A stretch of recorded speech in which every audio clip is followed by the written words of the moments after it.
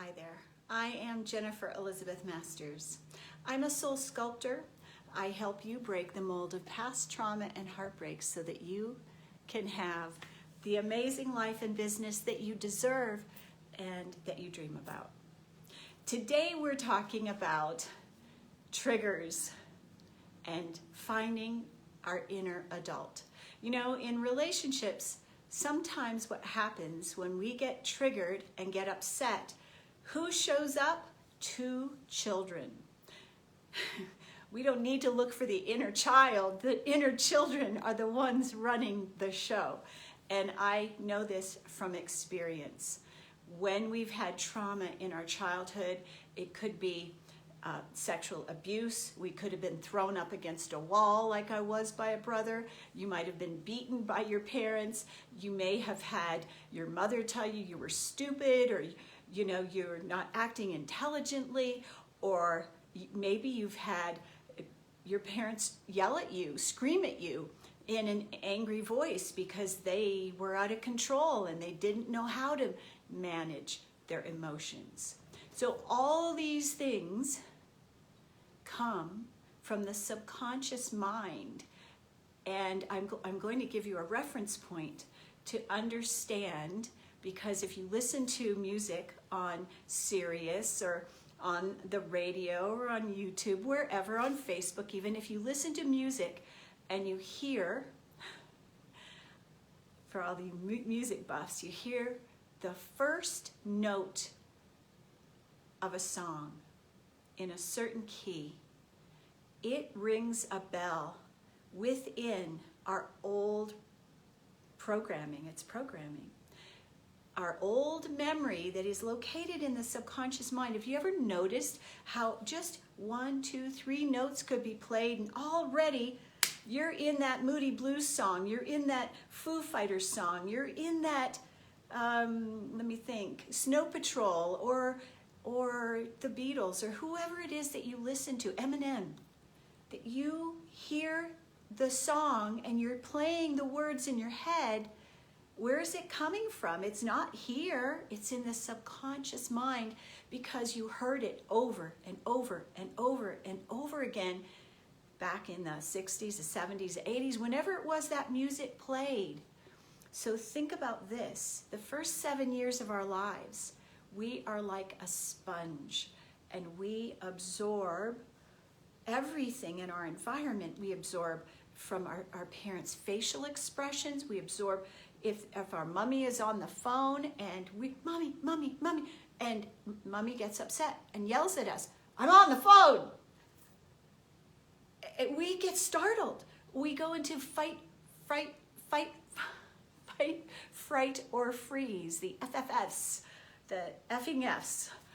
When we go into that, we are in PTSD. So if someone yells at us in our adulthood, we're not showing up as the adult. We're showing up as that wounded child way back when our mommy couldn't listen, got angry, and yelled at us, or our father, or an early teacher. So when these old programs come up, we get triggered, and it could be a tone, it could be a word, and I know a lot of women don't like to be called a bitch. And then when that became the colloquialism for woman, I don't know about you, but it triggered me, because that was something that I was working to let go of, because that's not who we are. So whatever the key is, whether it's a word, a phrase, a tone, an expression, all of these things are imprinted in the subconscious mind. It's like they've been engraved, deeply engraved in the subconscious mind. And there are ways to reprogram, deprogram. And here's a couple that might help you. So if it is a tone that really upsets you and bothers you, you could practice with your partner, desensitizing yourself in a safe environment. So if your partner is a safe person to be with, ask them to play with you in order to heal this issue. Maybe it's a word. Have them do the thing over and over again until you recognize that it's old and you're safe. You could tell the story to your partner over and over again, repeating it back to them, noticing new things that come in. And this telling of the story repeatedly from the top all the way through of the trauma that occurred, it allows the energy to dissipate. Or you could work with someone like me who is a trauma coach who helps you get over PTSD, the trauma of sexual molestation, the trauma of having a narcissistic mother. There are several different ways we can do it, but we have to find new ground in the subconscious mind by recognizing that was in the past, but this is now, and I'm responding to something that happened with my mom or my dad, and this is old programming that I'm responding to rather than my loving partner. Talking about it with your partner in a safe environment with a coach like me will help you to dissipate the charge. When the charge is dissipated, the reaction magically disappears. So triggers are a button installed by our parental units way, way, way back when we were sponges and absorbed everything from our environment, and that laid the groundwork for all the work that we have to do as adults. We have to overcome the negative programming that has been installed so that we aren't responding to the old trigger and we're responding to the now. And here's the thing about trauma. It's not the trauma itself that causes the issue. It is our reaction, the way we feel, our emotional reaction and response to it. If we feel guilt and shame, if we feel horror or tremendous fear or terror, or we're absolutely paralyzed when our parents are screaming at us as children, we feel powerless, we feel hopeless. And all those feelings from the past show up in our relationships in the now when our partner says something or triggers that memory that pushes on that button from 30, 40, 50, 60 years ago. So, having had many of these traumatic experiences, and I share these from my personal past. I had tons and years of molestation by multiple people. I had abusive parents. They didn't know better. They had their own trauma. And so all of the things that I share with you in these videos are from my personal experience, my personal learning and growing and healing them from the root. So when we are living in the present moment, and that's key, and we love ourselves as we are, accepting all the broken parts, the ruffled feathers, the injured heart, and we lovingly accept ourselves as we are instead of pretending to be something different, everything starts to shift. And I will tell you, the fastest growth comes from loving ourselves. The fastest awakening comes from working on us. The fastest improvements in our life, in our joy, in our happiness and bliss come from loving acceptance of ourselves as we are, without trying to make ourselves different. That whole idea is that you are unbecoming. You're unbecoming the chameleon. You're unbecoming the broken child. You're not broken. You may feel that way right now. I used to. And when I wrote Odyssey Victim to Victory back in 2011, I was recounting my traumatic story, my experiences, and showing you how low my vibration was as I went through the process of healing.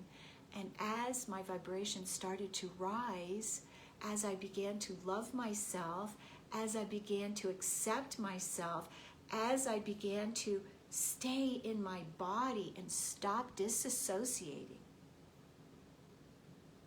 I stopped running away from who I was. Our greatest fear is not what others think of us. It is not that we won't be successful. Our greatest fear is of us. Our greatest fear is of who we truly are. And when all of this trauma is piled on top of us, we feel insignificant, we feel broken, we feel minuscule, we feel very small. But that's not who you really are. It is not. You're the phoenix that rises out of the ashes. You're the butterfly that comes out of the cocoon. And you're beautiful and radiant and wonderful and intelligent and gifted.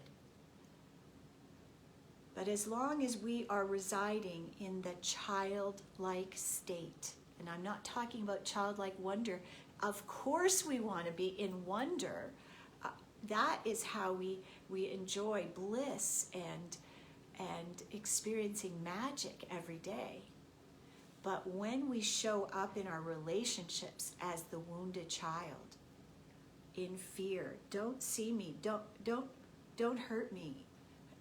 Because we've been hurt so many times, we're shielding ourselves constantly, trying to duck and avoid confrontation because that's what happened in our childhood. But as long as we are avoiding sharing deeply with our partners, we're also avoiding deep intimacy.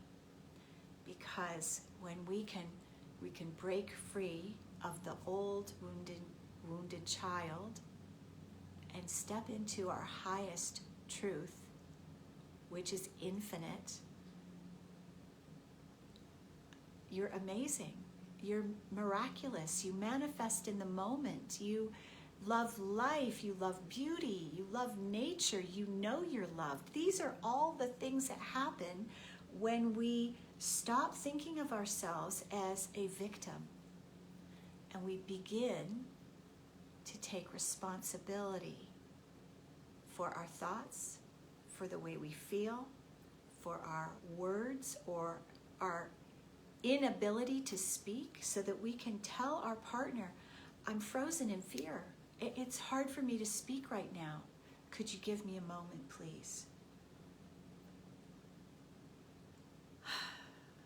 It terrifies me when you yell at me. I feel like a little child that is being scolded for being bad. I'm ashamed of myself. I go back to that sexual trauma back however many years it was. I feel ashamed.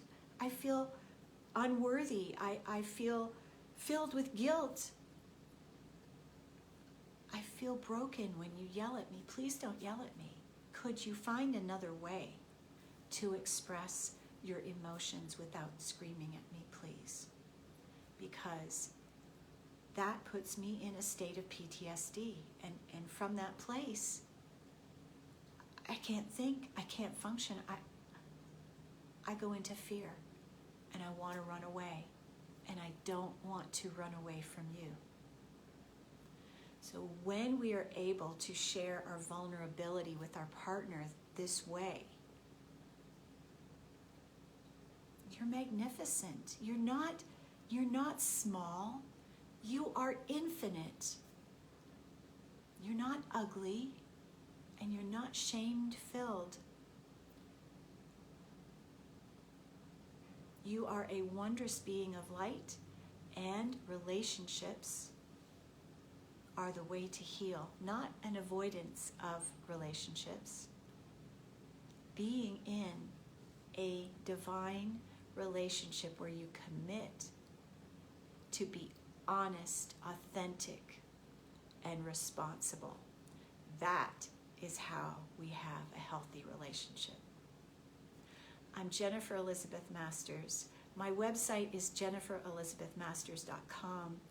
I am the healer's healer. I have healed my trauma from narcissistic abuse from my mom, my sexual trauma, all the woundings from the past. I'm not saying I am perfect, but I am living a joyous happiness life because of all that I have let go of and healed. And so because of the experiences I've had, I have no judgment of yours. And I can meet you where you're at because I've been there too.